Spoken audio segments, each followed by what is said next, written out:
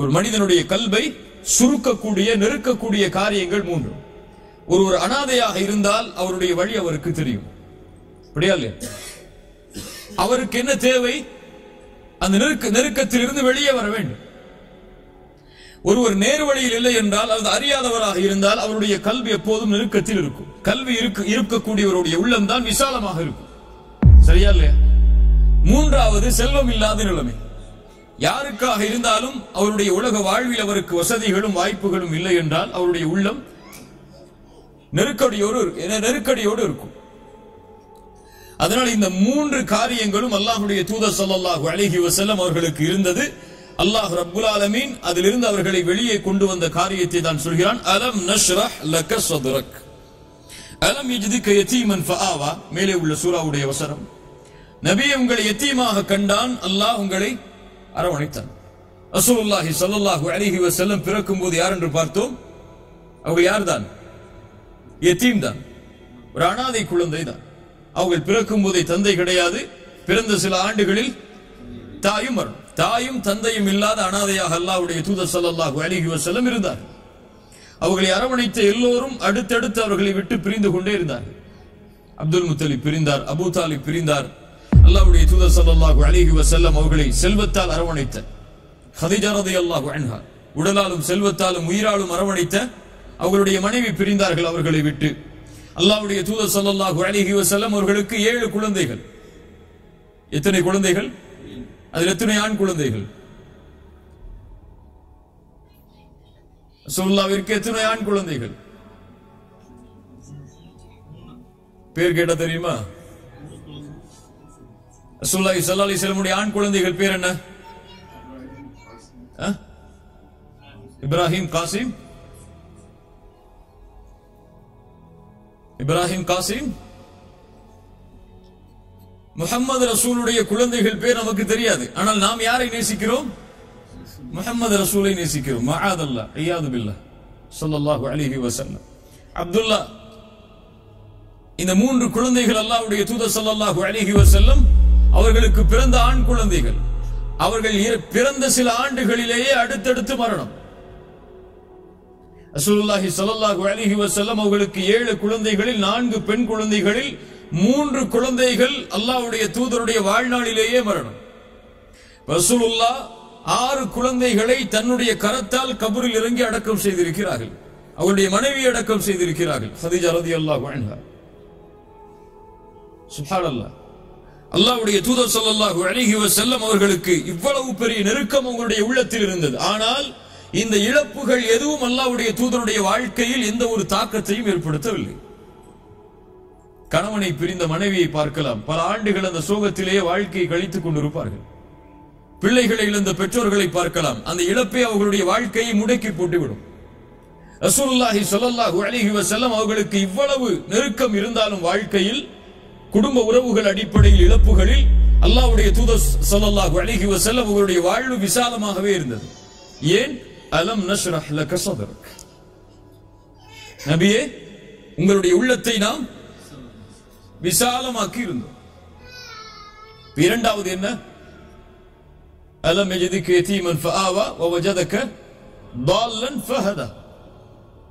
அல்லாஹ் ரப்புல் ஆலமீன் அவர்களை அறியாதவர்களாக கண்டான், அறியாதவர்களாக பார்த்தான். ஃபஹதா. ரசூலுல்லாஹி ஸல்லல்லாஹு அலைஹி வஸல்லம் அவர்களுக்கு அல்லாஹ் நேர்வழியை தந்தான். என்ன நேர்வழியை தந்தான்? இஸ்லாம் என்ற நேர்வழியை தந்தான். இஸ்லாம் என்ற நேர்வழி அறியாதவர்களுடைய உள்ளத்திலே வந்தது. நெருக்கடியில் இருந்த உள்ளம் விசாலமானது. இஸ்லாம் யாருடைய உள்ளத்தில் நுழைகிறதோ அவர்களுடைய உள்ளம் விசாலமாகும். அல்லாஹ் குர்ஆனிலே சொல்கிறான், மை யுரிதில்லாஹு, யாருக்கு அல்லாஹ் நலவை நாடுகிறானோ, ஐயஹ்தியஹு, அவருக்கு நேர்வழியை தருவான். யஷ்ரஹ் ஸத்ரஹு பில் இஸ்லாம், இஸ்லாமை கொண்டு அல்லாஹ் அவருடைய உள்ளத்தை விசாலமாக்குவான்.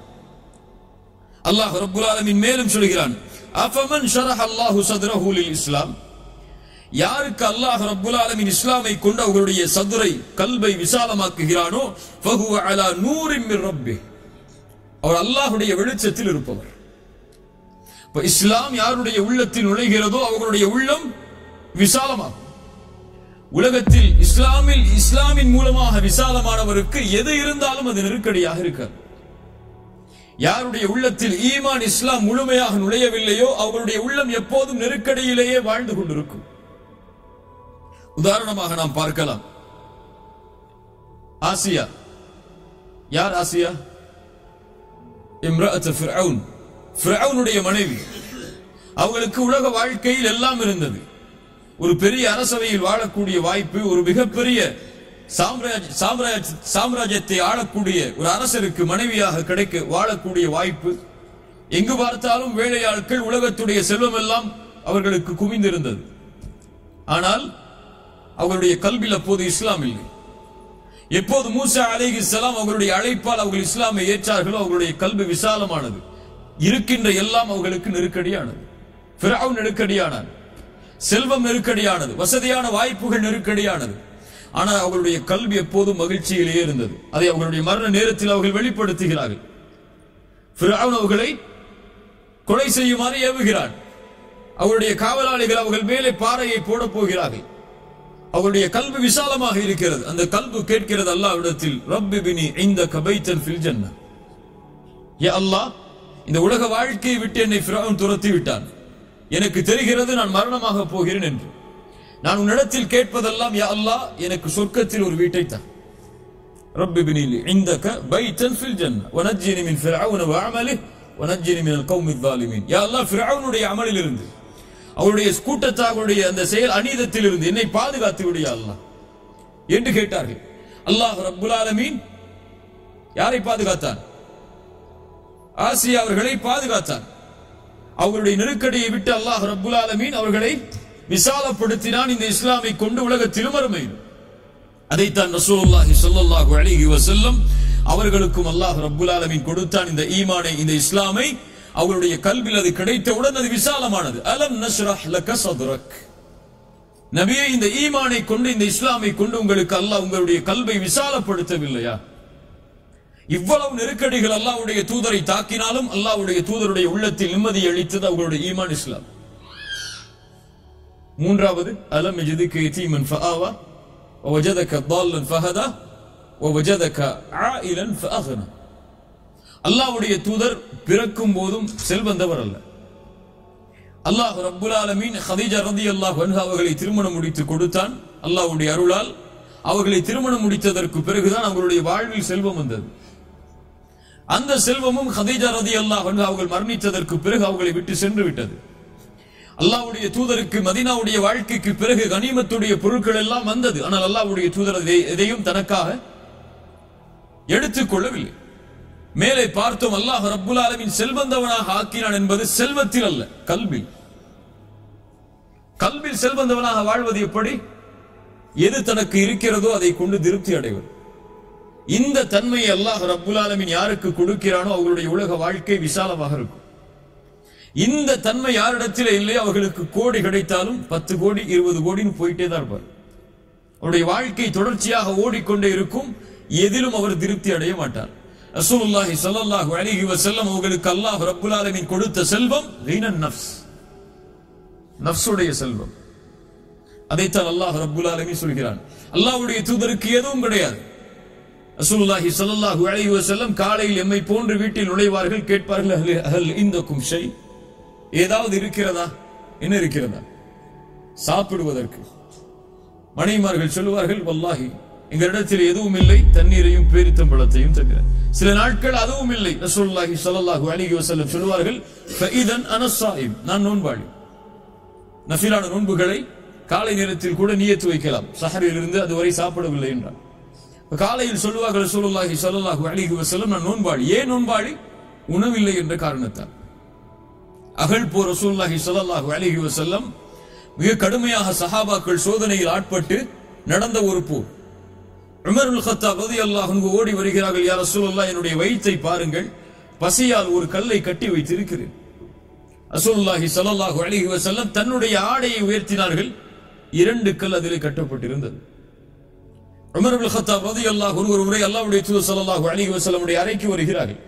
அல்லாஹ்வுடைய தூதர் தன்னுடைய படுக்கையில் படுத்திருக்கிறார்கள். நம்மை போன்று மெத்தைகளுடைய படுக்கைகள் அல்ல. பேரித்தமல ஓலையுடைய படுக்கைகள். அல்லாஹ்வுடைய தூதர் எழுந்திருக்கிறார்கள். உமர் வருவதை பார்த்தவுடன் அவருடைய முதுகில் அந்த அந்த ஓலைகளுடைய அடையாளங்கள் தென்படுகிறது. அதை பார்த்தவுடன் உமர் அழ ஆரம்பிக்கிறார். ரசூலுல்லாஹி ஸல்லல்லாஹு அலைஹி வஸல்லம் கேட்டார்கள், மா யுபிகிக யா உமர், உன்னை அழ வைத்தது எது உமரே? யா ரசூலல்லாஹ், கைசர் கிஸ்ரா கோட்டைகளில் வாழக்கூடிய அரசர்களை பற்றி செவியேற்றிருக்கிறேன். அவரவர்கள் எல்லாம் அவரவர்களுடைய நிலையில் வாழும் பொழுது எங்களுடைய அரசர் நீங்கள், உங்களுடைய நிலைமையை பார்க்கும் போது எங்களுக்கு கண் கலங்குகிறது. ரசூலுல்லாஹி ஸல்லல்லாஹு அலைஹி வஸல்லம் சொன்னார்கள், அமா தர்தா யா உமர் அன் தகூன லஹுமுத் துன்யா வலனல் ஆখিরা. உமரே, நீ பொருந்திக் கொள்ளவில்லையா அவர்களுக்காக இந்த உலகமும் எமக்காக மறுமையும் இருப்பது?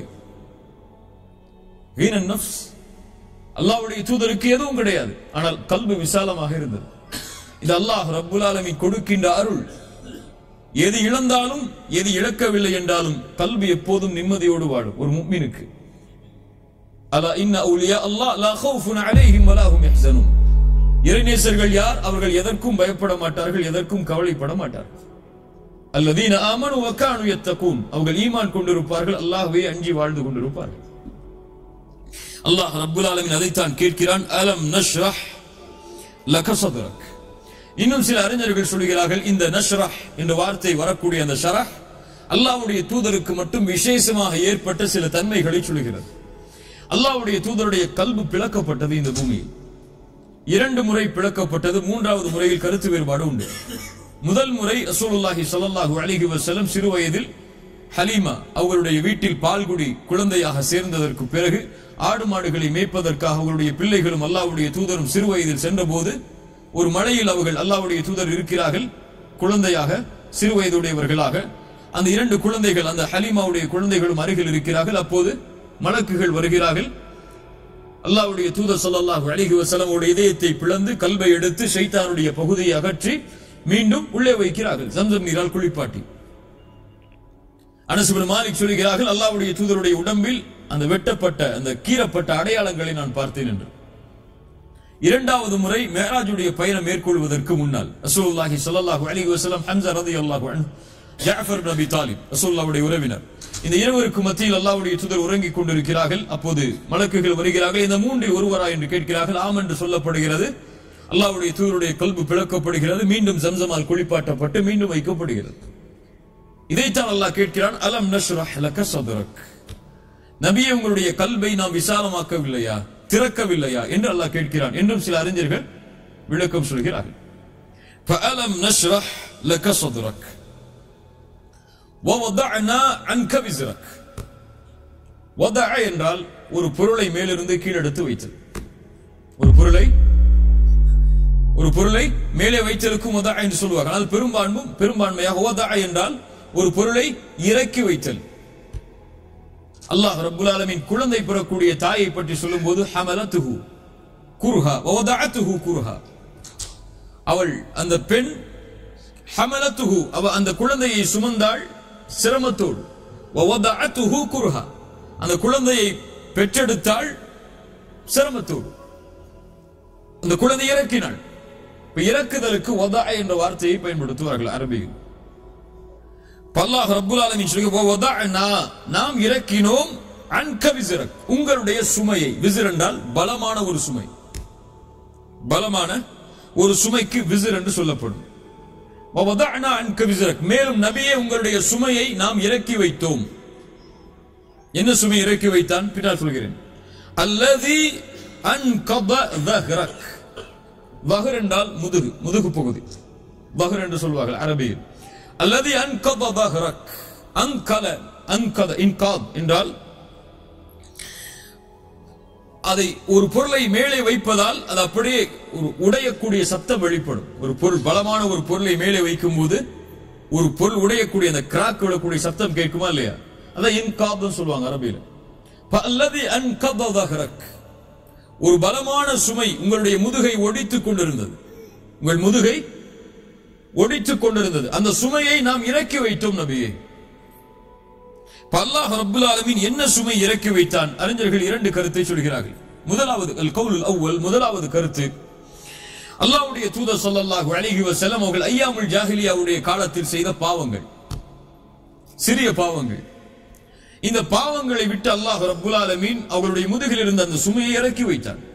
பெரும்பான்மையான அறிஞர்கள் சஹாபாக்கள் முதற்கொண்டு இந்த கருத்தை தான் முன்வைக்கிறார்கள். அல்லாஹ்வுடைய தூதர் ஸல்லல்லாஹு அலைஹி வஸல்லம் அவர்களுக்கு இருக்கக்கூடிய விசேஷமான சிறப்பு முன்பின் பாவங்கள் மன்னிக்கப்பட்டவர்கள். அவர்கள் முன்னால் செய்த பாவங்களும் பின்னால் செய்ய போகும் பாவங்களும் மன்னிக்கப்பட்டவர்கள். சிறிய பாவங்கள் தவிர பெரிய பாவங்கள் அனைத்தும், சிறிய பாவங்கள் உட்பட எல்லா பாவங்களும் மன்னிக்கப்பட்டவர்கள். சுப்ஹானல்லாஹ். இந்த தன்மை அல்லாஹ் ரப்புல் ஆலமீன் ரசூலுக்கு கொடுத்ததை தான் இங்கே சொல்கிறார். ஒரு மனிதனுக்கு பெரிய சுமை இந்த உலகத்திலும் மறுமையிலும் பாவங்கள் தான். ஒன்று, இந்த உலகத்தில் அவன் சுமக்கக்கூடிய பாவங்களின் சுமை அவனுக்கு சோதனையாக மாறி வரும், அல்லது மறுமையில் வேதனையாக மாறி வரும். இந்த இரண்டும் யாருக்கு இறக்கப்படுகிறதோ அவர்கள் தான் இந்த உலகத்திலும் மறுமையிலும் நிம்மதியோடு வாழ்வார்கள். ஒரு மனிதனுக்கு சிரமம் வருகிறது என்றால் அதற்கு முதல் காரணம் ஒன்று அல்லாஹ்வுடைய சோதனையாக இருக்கலாம், இயற்கையான சோதனை. இரண்டாவது அவன் செய்த பாவங்களாக இருக்கலாம். அது எப்போது தெரியும் என்றால் அந்த செயலுடைய முடிவில் தெரியும். அந்த முடிவு நன்மையாக இருந்தால் அது அல்லாஹ்வின் புறத்திலிருந்து வந்த சோதனை, அவன் பொறுமையோடு இருந்தால் அல்லாஹ் வெற்றி அளிப்பான். அந்த முடிவு இழிவாக இருந்தால் அவன் செய்த பாவம், அவன் தௌபா செய்யவில்லை, தௌபா செய்தால் அல்லாஹ் விடுதலை அளிப்பான். அந்த சுமையை அல்லாஹ் ரப்புல் ஆலமீன் ரசூலுல்லாஹி ஸல்லல்லாஹு அலைஹி வஸல்லம் அவர்களிடமிருந்து இறக்கி வைத்தான் என்று சொல்கிறார். இரண்டாவது அறிஞர்களுடைய கருத்து, அல்லாஹ்வுடைய தூதர் ஸல்லல்லாஹு அலைஹி வஸல்லம் அவர்கள் நபித்துவத்திற்கு வருவதற்கு முன்னதாகவே அவர்கள் கவலை அடைந்திருந்தார்கள். என்ன கவலை என்றால் மனிதர்களுடைய நேர்வழியை பற்றிய கவலை. ரசூலுல்லாஹி ஸல்லல்லாஹு அலைஹி வஸல்லம் பிறந்ததிலிருந்து நபித்துவத்தை அடையும் வரையிலும் மரணம் வரையிலும் ஷிர்க் வைத்தது கிடையாது, சிலை வணக்க வழிபாடுகளில் ஈடுபட்டது கிடையாது, அல்லாஹ்வுடைய பெயர் கூறாமல் அறுக்கப்பட்டதை சாப்பிட்டது கிடையாது. ஐயாமுல் ஜாஹிலியாவை பற்றி ரசூலுல்லாஹி ஸல்லல்லாஹு அலைஹி வஸல்லம் நபித்துவத்திற்கு முன்னால் உள்ள காலத்தை பற்றி சொல்கிறார்கள். புகாரி ரஹிமஹுல்லாஹ் பதிவு செய்கிறார்கள், ரசூலுல்லாஹி ஸல்லல்லாஹு அலைஹி வஸல்லம் அவர்களுக்கு ஒரு சுஃப்ரா கொண்டு வரப்பட்டது. அதில் லஹம், மாமிச கறி இருந்தது. ரசூலுல்லாஹி ஸல்லல்லாஹு அலைஹி வஸல்லம் அதை உண்ணுவதை தவிர்த்து விட்டார்கள். சொன்னார்கள், இன்னி லஆகுலு மிம்மா தத்பஹூன அலா அஸ்னாபிக்கும் அன்சாபிக்கும், உங்களுடைய சிலைகளுக்கு அறுக்கப்பட்டதை நான் ஒருபோதும் சாப்பிட மாட்டேன். வலா ஆகுலு இல்லா மிம்மா ذுகிர ஸ்முல்லாஹி அலைஹி, அல்லாஹ்வுடைய பெயர் கூறி அறுக்கப்பட்டதை தான் நான் சாப்பிடுவேன். எப்போது சொன்னார்கள்? நபித்துவத்தை அடைவதற்கு முன்னால். ரசூலுல்லாஹி ஸல்லல்லாஹு அலைஹி வஸல்லம் அவருடைய உள்ளத்தில் இந்த தேடல், இந்த ஒரு எண்ணம் இருந்தது. கடைசி நபித்துவத்திற்கு முன்னால் உள்ள 3 ஆண்டுகள் அல்லாஹ்வுடைய தூதர் ஸல்லல்லாஹு அலைஹி வஸல்லம் அவர்கள் தனிமையில் ஹிராவில் தங்கியிருந்ததுடைய காரணமும் அதுதான். அது நேர்வழியுடைய தேடல் அவர்களுடைய உள்ளத்தை ஆக்கிரமித்திருந்தது. அதுதான் அவர்கள் இஸ்லாமை ஏற்றதற்கு பிறகும் நபித்துவத்திற்கு வந்ததற்கு பிறகும் இருந்தது. தாயிஃபுடைய பயணத்தில் கூட அல்லாஹ்வுடைய தூதருடைய அந்த வார்த்தை அதை வெளிப்படுத்துகிறது. அந்த மலைகளுக்கு இடையில் அவர் வைத்து இருவர் அந்த கூட்டத்தாரை அழித்துவிட அந்த மலக்குகள் கேட்கும் போது ரசூலுல்லாஹ் சொன்னார்கள், இவர்கள் அந்த இஸ்லாமை ஏற்றுக்கொள்ளாவிட்டாலும் இவர்களுக்கு பின்னால் வரக்கூடியவர்கள் ஏற்றுக்கொள்வார்கள். ரசூலுல்லாஹ்வுடைய உள்ளத்தில் இருந்த அந்த நேர்வழியை பற்றிய கவலை அல்லாஹ் சொல்கிறார் குர்ஆனில், நபியே இவர்கள் நேர்வழி அடைவார்கள் என்பதை நினைத்து நினைத்து நீங்கள் உங்களையே அழித்துக் கொள்வீர்கள் போலவே. அல்லாஹ் கேட்கிறார், அவர்கள் மற்றவர்களுடைய நேர்வழியுடைய கவலை உங்களை நீங்கள் மரணிக்க செய்யும்படி ஆக்கிவிடும் போலவே ஏன் இவ்வளவு கவலைப்படுகிறீர்கள் என்று அல்லாஹ் ரப்புல் ஆலமீன் குர்ஆனிலே கேட்கிறார். இந்த கவலை அல்லாஹ் ரப்புல் ஆலமீன் அல்லாஹ்வுடைய தூதருடைய முதுகில் இருந்து இறக்கி வைத்தார். இதை அல்லாஹ் சொல்கிறான். அல்லது மூன்றாவது ஒரு தாயிக்கு தேவையான மிக முக்கியமான தன்மை அது. நல்லா கேளுங்க, மிக முக்கியமான கல்வி இதெல்லாம். மூன்றாவது முக்கியமான தன்மை, அல்லாஹ் ரப்புல் ஆலமீன் அவர்களுடைய உள்ளத்தில் இருந்து மனிதர்கள் மீது உள்ள கவலையை இறக்கி வைத்தார். அல்லாஹ்வுடைய தூதரை பற்றி யார் என்ன சொன்னாலும் சரி, அல்லாஹ்வுடைய தூதருடைய உள்ளத்தில் அது எந்த பாதிப்பையும் ஏற்படுத்தாது. அல்லாஹ் சொல்கிறான், வலகத் நஅலமு அன்னக யதீகு ஸத்ருக பிமா யகூலூன், நபியே மற்றவர்களுடைய பேச்சுகள் உங்களுடைய உள்ளத்தில் கவலையை ஏற்படுத்துகிறது என்பதை நான் அறிகிறேன். ஆனால் நீங்கள் அல்லாஹ்வை புகழுங்கள் நபியே, அல்லாஹ்வை துதியுங்கள். அல்லாஹ் ரப்புல் ஆலமீன் உங்களுக்கு அந்த கல்பில் இருக்கக்கூடியவற்றை வெளிப்படுத்தக்கூடிய அல்லது வெளியாக்கக்கூடிய வாய்ப்பை அல்லாஹ் தருவான் என்று அல்லாஹ் ரப்புல் ஆலமீன் ரசூலுல்லாஹி ஸல்லல்லாஹு அலைஹி வஸல்லம் அவர்களை பார்த்து கேட்கிறார். இந்த மூன்றாவது கருத்தும் ஏற்றமானதுதான். இந்த 3 சுமைகளிலிருந்தும் அல்லாஹ் ரப்புல் ஆலமீன் உங்களை இறக்கி வைத்தான். அலம் நஷ்ரஹ் லக ஸத்ரக் வ வதஅனா அன்க விஸ்ரக் அல்லதி அன்கத ظهرك, உங்கள் முதுகை ஒடித்துக் கொண்டிருந்த அந்த சுமையை அல்லாஹ் ரப்புல் ஆலமீன் வ வதஅனா அன்க விஸ்ரக், அந்த சுமையை அல்லாஹ் இறக்கி வைத்தான். அடுத்த வசனம் என்ன? அடுத்த வசனம் என்ன? வரஃபஅனா லக ذிக்ரக், நபியே மேலும் உம்முடைய புகழை நாம் உயர்த்தி வைத்தோம். வரஃபஅனா லக திக்ரக். அல்லாஹ்வுடைய தூதர் ஸல்லல்லாஹு அலைஹி வஸல்லம் அவர்களுடைய புகழை அல்லாஹ் உயர்த்தி வைத்தார். எல்லா நிலைகளிலும் அல்லாஹ்வுடைய தூதர் புகழுக்குரியவர்கள் தான். உலகத்தில் அவர்களை இகழ்பவர்கள் இருந்தாலும், அவர்களை விமர்சனம் செய்பவர்கள் இருந்தாலும், அந்த இகழ்வோ அந்த விமர்சனமோ ரசூலுல்லாஹ்வுடைய புகழை எதுவும் குறைக்காது. வரஃபஅனா லக திக்ரக். எப்போதெல்லாம் அல்லாஹ்வுடைய பெயர் உச்சரிக்கப்படுகிறதோ அதற்கு பிறகு அல்லாஹ் ரப்புல் ஆலமீன் மனித இனத்தில் ஒருவருடைய பெயரை சேர்த்து உச்சரிக்குமாறு கட்டளையிட்டார் என்றால் யாருடைய பெயரைத்தான்? அஷ்ஹது அன்ன முஹம்மது ரசூலுல்லாஹ். உலகத்தில் நாலா புறங்களிலும் எப்போது பார்த்தாலும் அதானின் மூலமாக ஒரு நாட்டில் இல்லை என்றாலும் இன்னொரு நாட்டில் அஷ்ஹது அல்லா இலாஹ இல்லல்லாஹ் வ அஷ்ஹது அன்ன முஹம்மது ரசூலுல்லாஹ் என்று ஒலித்துக் கொண்டே இருக்கும். வரஃபஅனா லக திக்ரக். அல்லது அல்லாஹ்வுடைய தூதர் ஸல்லல்லாஹு அலைஹி வஸல்லம் அவர்களை அல்லாஹ் ரப்புல் ஆலமீன் மற்ற நபிமார்களை விடவெல்லாம் விசேஷப்படுத்தி உயர்த்தி வைத்தான், புகழாக்கினான். குர்ஆனில் எல்லா நபிமார்களுடைய பெயர்களையும் நீங்கள் பார்க்கலாம். அல்லாஹ் அழைப்பது, ஆதமை அழைப்பான் யா ஆதம் உஸ்குன். அல்லாஹ் நூஹை அழைப்பான் யா நூஹ். அல்லாஹ் இப்ராஹீமை அழைப்பான் யா இப்ராஹீம். அல்லாஹ் மூசாவை அழைப்பான் யா மூசா. அல்லாஹ் ஈசாவை அழைப்பான் அலைஹிமுஸ்ஸலாம் யா ஈசா. அல்லாஹ் ரப்புல் ஆலமீன் எல்லா நபிமார்களையும் பெயரிட்டு தான் அழைப்பான். ரசூலுல்லாஹி ஸல்லல்லாஹு அலைஹி வஸல்லம் அவர்களை அல்லாஹ் அழைப்பான் யா அய்யுஹன் நபி. சுப்ஹானல்லாஹ். யா அய்யுஹர் ரசூல். அல்லாஹ்வுடைய தூதரை நமக்கு சொல்வதற்காக அல்லாஹ் சொல்லுவான் முஹம்மது ரசூலுல்லாஹ். அதுவும் ரிசாலத்தை சேர்த்துதான். முஹம்மது அல்லாஹ்வுடைய ரசூல் என்று நமக்கு சொல்லுவான். ஆனால் அல்லாஹ் அழைக்கும் போது அப்படி அழைக்க மாட்டான். சுப்ஹானல்லாஹ்.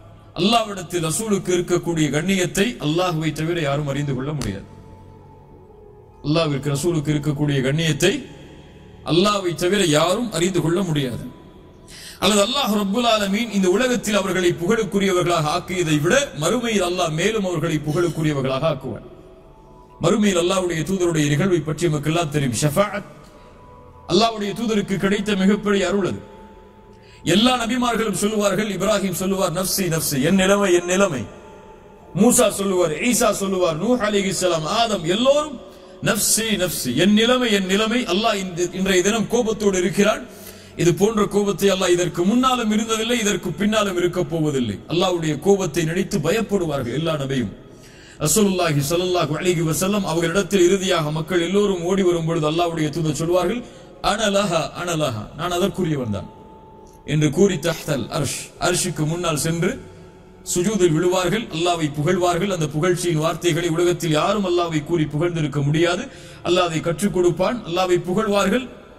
அல்லாஹ் ரப்புல் ஆலமீன் மஹ்ஷரில் பேசுவான் முதல் வார்த்தையாக யா முஹம்மத். அல்லாஹ் பேசக்கூடிய மஹ்ஷரில் முதல் வார்த்தை யா முஹம்மத் இர்ஃபா ரஅஸக், தலையை உயர்த்துங்கள், சல் துஅத வஷ்ஃபா துஷஃபா, கேளுங்கள் கொடுக்கிறேன், சிபாரிசு செய்யுங்கள் அங்கீகரிக்கிறேன். அவ்வளவுதான். என்னை கேட்டாலும் நான் கொடுக்கிறேன், சிபாரிசு செய்யுங்கள் அங்கீகரிக்கிறேன். ஒரு நேசரோடு பேசக்கூடிய வார்த்தை அது.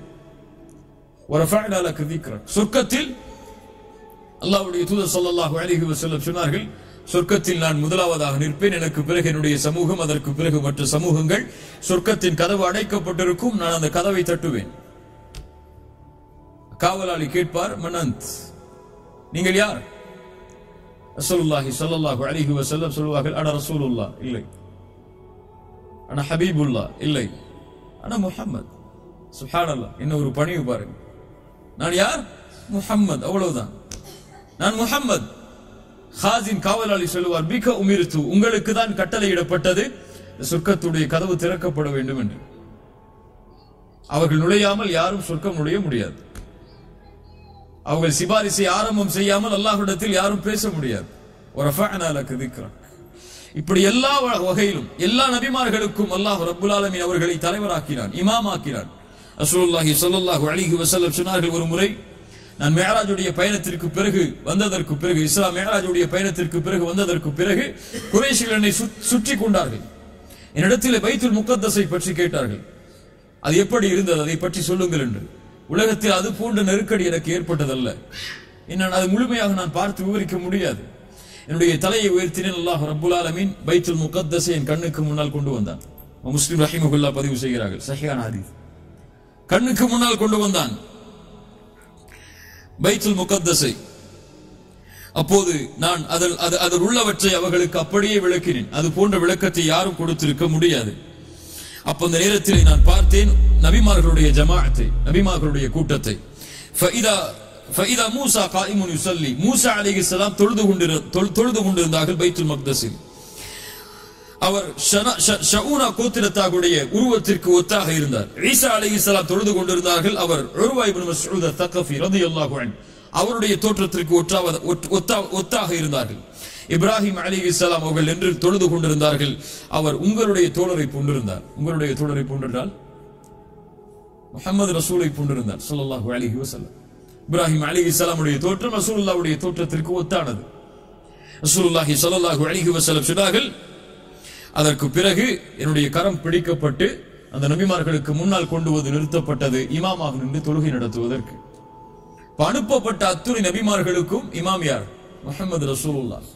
அல்லாஹ் ரப்புல் ஆலமீன் எல்லா நபிமார்களை அனுப்பும் போதே வாக்கு வாங்கி விட்டான், இப்படி ஒரு நபி வருவார், அவரை நீங்கள் பார்த்தால் நம்பிக்கை கொள்ள வேண்டும், ஏற்றுக்கொள்ள வேண்டும், அவருக்கு நீங்கள் உதவி செய்ய வேண்டும் என்று.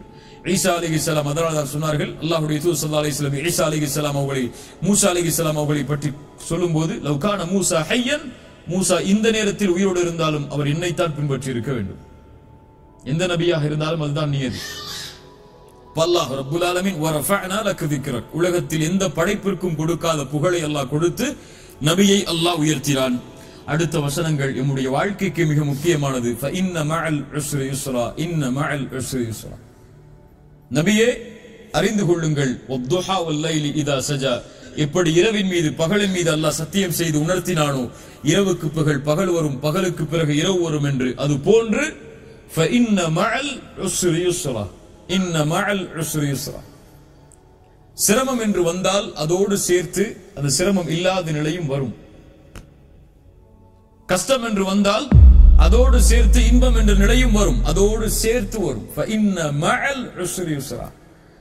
இப்னு அப்பாஸ் ரலியல்லாஹு அன்ஹுமா சொன்னார்கள், அல்ஹம்துலில்லாஹ், அல்லாஹ் ரப்புல் ஆலமீன் பஅத் என்று சொல்லவில்லை, சிரமத்திற்கு பிறகு இன்பம் வரும் என்று அல்லாஹ் சொல்லவில்லை. அல்லாஹ் என்ன சொல்கிறான்? இன்ன மஅல் உஸ்ரி யுஸ்ரா, சிரமத்தோடு இன்பம் வரும். சிரமத்திற்கு பிறகு என்று அல்லாஹ் சொல்லவில்லை, சிரமத்தோடு இன்பம் வரும், அதனுடைய முடிவு இன்பமாக அமையும். ஆனால் அவனுக்கு தேவை, அல்லாஹ் ரப்புல் ஆலமீன் பின்னால் சொல்கிறான் அதற்கு என்ன தேவை என்று. ரசூலுல்லாஹி ஸல்லல்லாஹு அலைஹி வஸல்லம் அவருடைய ஒட்டுமொத்த வாழ்க்கையிலும் அதை பார்க்கலாம். காலையில் பார்த்தோம் ஹுதைபியா உடன்படிக்கை, ஒரு மிகப்பெரிய சோதனை அது, அப்படியா இல்லையா? உம்ராவுடைய பயணத்திற்காக பல ஆண்டுகள் தரிசிக்காத கஅபாவை பார்ப்பதற்காக 1400 நபித்தோழர்கள் வருகிறார்கள். ஆனால் உள்ளே நுழைவதற்கு வாய்ப்பு மறுக்கப்படுகிறது. அவர்களோடு பத்ரில் போராடி இருக்கிறார்கள், அவர்களோடு உஹதில் போராடி இருக்கிறார்கள், அவர்களோடு கந்தக்கில் போராடி இருக்கிறார்கள்.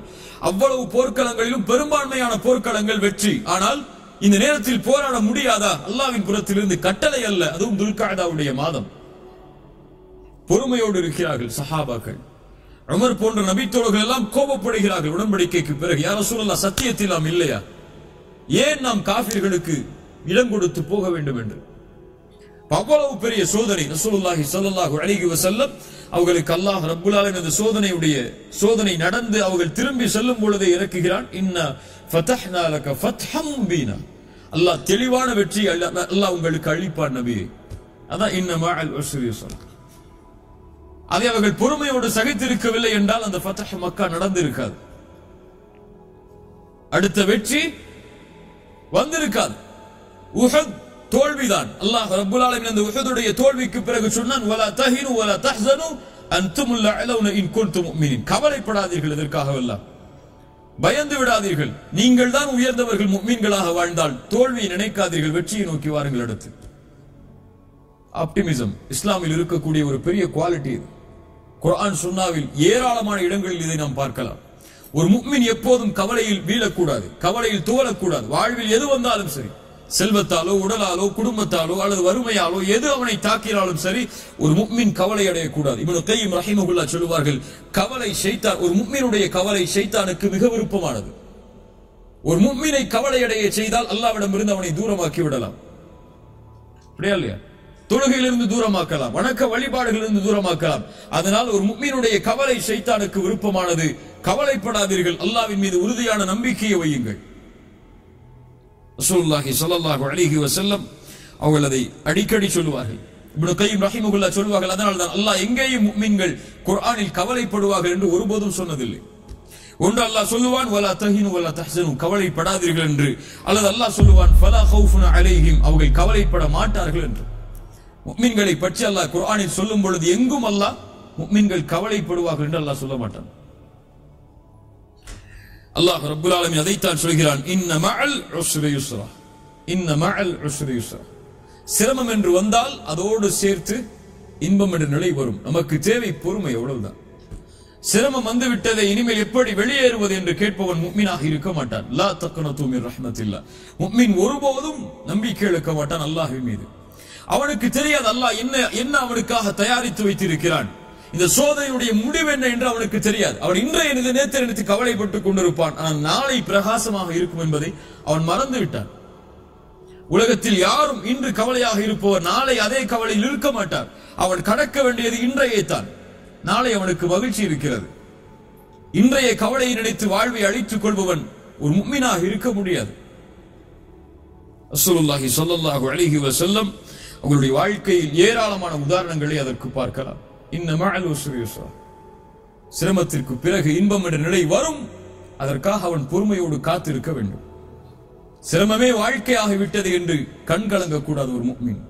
நமக்கு தெரியாது அல்லாஹ் நமக்காக எதை தயாரித்து வைத்திருக்கிறான் என்று. உம்மு சலமா அவர்களுடைய கணவன் மரணமாகிறார்கள். அல்லாஹ்வுடைய தூதர் ஸல்லல்லாஹு அலைஹி வஸல்லம் அவர்கள் ஆறுதல் சொல்வதற்காக சில வார்த்தைகளை சொல்கிறார்கள்.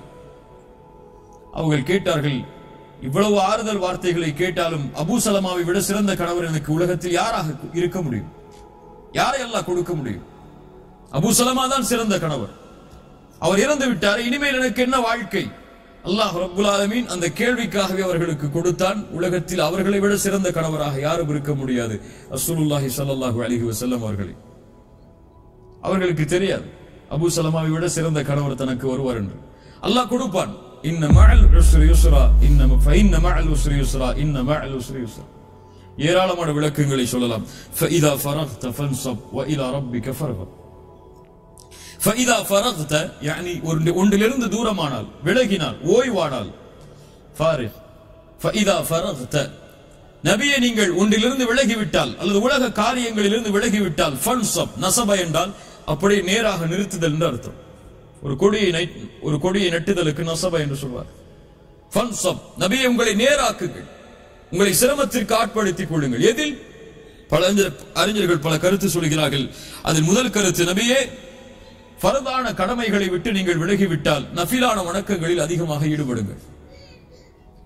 அல்லது நபியே நீங்கள் தொழுகையிலிருந்து பிரிந்து விட்டால் துஆவில் அதிகமாக உங்களை நிலையாக்குங்கள்.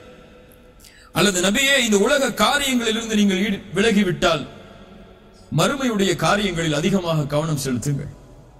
அல்லது நபியே நீங்கள் லா இலாஹ இல்லல்லாஹ்வை பற்றி நீங்கள் அதிகமாக மக்களுக்கு கூறி அந்த காரியத்தை முடித்து விட்டால் மார்க்க கல்வி மறுமையுடைய செய்திகளை மக்களுக்கு அதிகமாக எடுத்துச் சொல்லுங்கள். அல்லது நபியே உடலுடைய காரியத்தில் இருந்து நீங்கள் விலகிவிட்டால் மறுமைக்கு எதை தேவையோ உடலுக்காக அதை நீங்கள் தயாரித்துக் கொள்ளுங்கள். எல்லாம் சஹாபாக்களுடைய கருத்துகள் தான். இப்னு மஸ்ஊதுடைய கருத்து, இமாம் இப்னு அப்பாஸ் ரலியல்லாஹு அன்ஹு அவர்களுடைய கருத்து, இமாம் முஜாஹித் அவர்களுடைய கருத்து, இதுவெல்லாம் அறிஞர்களுடைய கருத்துகள் தான், நம்முடைய கருத்துக்கள் அல்ல. என்ன அல்லாஹ் ரப்புல் ஆலமீன் சொல்ல வருகிறான், நபியே இந்த உலக காரியங்கள் அல்லது இபாதத்துகள், ஃபர்தான கடமைகள், இதிலிருந்து நீங்கள் நீங்கிவிட்டால் உங்களை நீங்கள் களைப்படைய செய்யுங்கள், உங்களை நீங்கள் கடினமாக்கிக் கொள்ளுங்கள் வணக்க வழிபாடுகள். ரசூலுல்லாஹி ஸல்லல்லாஹு அலைஹி வஸல்லம் இந்த கட்டளையை செய்தார்கள். ரசூலுல்லாஹ்வை போன்று காலையில் இருந்து இரவு வரை பிஸியாக இருக்கக்கூடிய ஒரு மனிதரை பார்க்க முடியாது. ரசூலுல்லாஹ் காலையில் இருந்து இரவு வரை உறங்கியதாக ஒரு ஹதீஸ் கூட கிடையாது. காலையிலிருந்து ஃபஜ்ருடைய வக்த் ஆரம்பத்திலிருந்து இஷா வரை, இஷாவுடைய வக்த் முடியும் வரை ரசூலுல்லாஹ் உறங்கியதை பார்த்ததாக ஒரு செய்தி கூட இருக்க முடியாது ஹதீஸ். அல்லாஹ் அலம். ஆனால் அல்லாஹ்வுடைய தூதருடைய வாழ்க்கை ஒரு நபியாக பணியாற்ற வேண்டும், ஒரு கணவராக பணியாற்ற வேண்டும், ஒரு தந்தையாக பணியாற்ற வேண்டும், ஒரு நண்பராக பணியாற்ற வேண்டும், ஒரு குடும்பத்தில் உள்ள உறுப்பினராக பணியாற்ற வேண்டும். சுப்ஹானல்லாஹ். காஃபிர்களோடு உடன்படிக்கை செய்ய வேண்டும், போருக்கான தயாரிப்புகளை செய்ய வேண்டும், போருக்கான வலிமையை கூட்ட வேண்டும், ஃபர்தான கடமைகளை நிறைவேற்ற வேண்டும், தொழுகைக்காக இமாமாக நின்று மக்களுக்கு தொழுகை நடத்த வேண்டும், பிள்ளைக்கு ஃபாத்திமா ரலியல்லாஹு அன்ஹா அது போன்ற பிள்ளைகளுக்கு சிறந்த தந்தையாக இருக்க வேண்டும், 11 மனைவிமார்கள், அத்துணை மனைவிமார்களுக்கும் சிறந்த கணவராக இருக்க வேண்டும். அல்லாஹு அக்பர். இவ்வளவு காரியங்கள், ஒரு காலையிலிருந்து ஒரு இரவு வரை ஒரு மனிதர் உறங்குவது வரை இவ்வளவு காரியங்களையும் செய்து இரவில் அல்லாஹ்வுடைய தூதர் ஸல்லல்லாஹு அலைஹி வஸல்லம் கால் நீங்க நிற்பார்கள். அப்படியே இல்லையா? கால் நீங்க நிற்பார்கள். ஆயிஷா ரலியல்லாஹு அன்ஹா கேட்பார்கள், யா ரசூலுல்லாஹ், உங்களுடைய முன்பின் பாவங்கள் மன்னிக்கப்பட்டு விட்டது. அஃபலா அகூன அப்தன் ஷகூரா ஃபஇதா ஃபரக்த ஃபன்ஸப். அதைத்தான் அல்லாஹ் சொல்கிறார். ஃபஇதா ஃபரக்த ஃபன்ஸப், கலைப்படைய செய்யுங்கள் நபியே உங்கள் இபாதத்தில். வ இலா ரப்பிக ஃபர்கப், எல்லாவற்றையும் அல்லாஹ்விடத்திலே அன்போடு ஒப்படைத்து விடுங்கள். ஃபர்கப், ரகப் என்றால் ஒரு நேசத்தோடு ஒன்றை சமர்ப்பித்தல். ரஹ்பத்தன் வரஹ்பத்தன், பயம், நேசம். ரஹ்பா வ இலா ரப்பிக ஃபர்கப், நபியே உங்களுடைய ரப்பிடத்தில். அல்லாஹ் ரப்புக வ இலா ரப்பிக, உங்கள் ரப்பிடத்தில், அவன் உங்களுக்குரியவன். ஃபர்கப், உங்களை அப்படியே சமர்ப்பித்து விடுங்கள். எல்லா காரியங்களை முடித்தாலும், என்னதான் சோதனை வந்தாலும், சிரமம் வந்தாலும், ரப்பு இருக்கிறான், அவனுக்கு முன்னால் வந்து நின்று விடுங்கள். அவ்வளவுதான். உலகத்தில் இருக்க முடியவில்லையா சோதனையால், உங்கள் ரப்பு இருக்கிறான், சுஜூதில் விழுந்து விடுங்கள், அவனிடத்திலே உங்களை ஒப்படையுங்கள். ரசூலுல்லாஹி ஸல்லல்லாஹு அலைஹி வஸல்லம் கஷ்டம், இன்பம், துன்பம், மக்காவுடைய வெற்றி எது வந்தாலும் சொன்னார்கள், அல்ஹம்துலில்லாஹி அல்லதி ஸதக வஅதா வ நஸர அப்தா வ ஹஸமல் அஹ்ஸாப வஹ்தா. தலையை தாழ்த்தி உள்ளே நுழையும் போது சொன்னார்கள், அல்ஹம்துலில்லாஹ் ஸதக வஅதா, வாக்குறுதியை நிறைவேற்றி விட்டாய் யா அல்லாஹ். வ நஸர அப்தா, அடியானுக்கு உதவி செய்து விட்டாய். வ ஹஸமல் அஹ்ஸாப வஹ்தா, நீ தனியாக நின்று போராடி வெற்றி அளித்தாய். போராடியது 10 வருடங்கள் யார்? சஹாபாக்கள். ஆனால் அல்லாஹ்வுடைய தூதர் அல்லாஹ்விடத்திலே சமர்ப்பித்தார்கள் அதையும். யா அல்லாஹ், நீ போராடி வெற்றியை வாங்கி தந்தாய். பெருமை அடைந்து விடாதீர்கள். வ இலா ரப்பிக ஃபர்கப், அவன் கொடுத்தான், அவனிடத்திலேயே நீங்கள் உங்களையும் ஒப்படைத்து விடுங்கள். அலம் நஷ்ரஹ் லக ஸத்ரக் வ வதஅனா அன்க விஸ்ரக் அல்லதி அன்கத தஹ்ரக் வ ரஃபஅனா லக ذிக்ரக் فإن مع العسر يسرا إن مع العسر يسرا فإذا فرغت فانصب وإلى ربك فارغب. கவலையில் ஓத வேண்டிய மிக முக்கியமான சூறாக்கள் இதுவெல்லாம். உண்மையில் இதனுடைய ஆழங்களை புரிந்தால், அவன் நாவு இயற்கையாக உச்சரிக்கும் சோதனை பிரச்சனை என்று வந்தால், ரசூலுல்லாஹி ஸல்லல்லாஹு அலைஹி வஸல்லம் அவர்களுடைய உள்ளத்தில் மிகுந்த மகிழ்ச்சியை ஏற்படுத்திய சூறாக்கள், அல்லாஹ்வுடைய தூதருக்கு மிக விருப்பமான சூறாக்களும் கூட.